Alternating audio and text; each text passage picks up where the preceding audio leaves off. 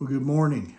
Here it is. It's Friday. We've made it to the end of another week, and of course today is it's April the 4th. And I hope you had a great Thursday. I hope that you had a wonderful day. Hope it was hopefully a fruitful day, a day that maybe you were able to get kind of some things done and kind of start working toward the weekend.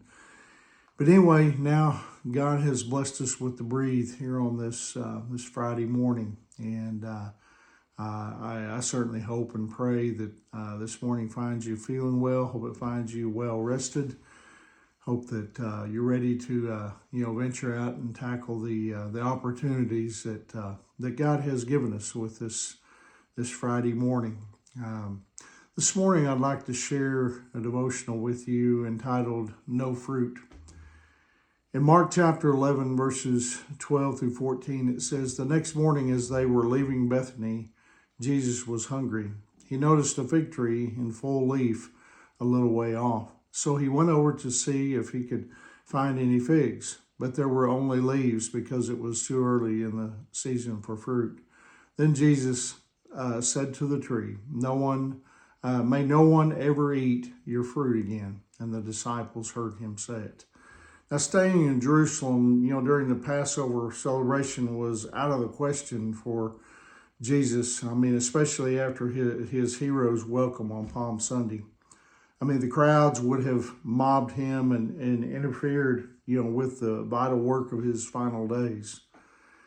And so he went and stayed in Bethany, which was less than 2 miles from Jerusalem. He likely stayed in the home of his friends, the siblings Mary, Martha, and Lazarus. Now, on the day after his, triumphant entry, Jesus returned to Jerusalem. And on the way, he saw a fig tree that had leaves on it. Now, usually fig trees, indicate that a tree, has fruit. Jesus was hungry, and so he approached the tree in order to pick a fig to eat. Instead, he discovered that the tree had no fruit.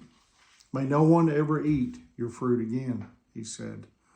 Jesus cursed the tree because it bore no fruit. Now, this may seem out of character for Jesus. I mean, as though he lost his temper because he was fooled by vegetation. But this wasn't the first century equivalent of kicking a broken vending machine. Jesus wasn't hangry. He was giving his followers a real life parable, an unforgettable lesson on the importance of being fruitful. The Old Testament prophets, they used the fig as a symbol of Israel. In the book of Micah, chapter 7, verses 1 through 3, it says this: "How miserable I am. I feel like the fruit picker after the harvest who can find nothing to eat. Not a cluster of grapes or a single early fig can be found to satisfy my hunger. The godly people have all disappeared. Not one honest person is left on the earth." The passage is referring, to the spiritual condition of God's people.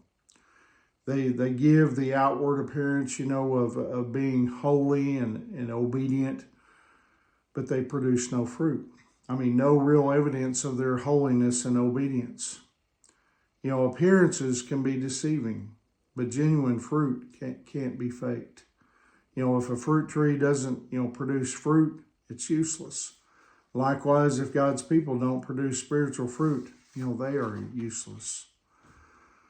So in cursing the fig tree, Jesus was denouncing Israel's relationship with God, and he was warning the people of Israel of the coming judgment.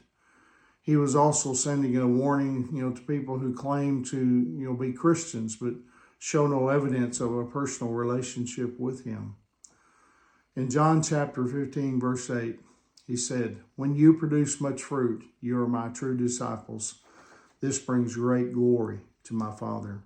Now, James, he was a little more blunt. In James chapter 2, verse 26, he said, "Faith is dead without good works."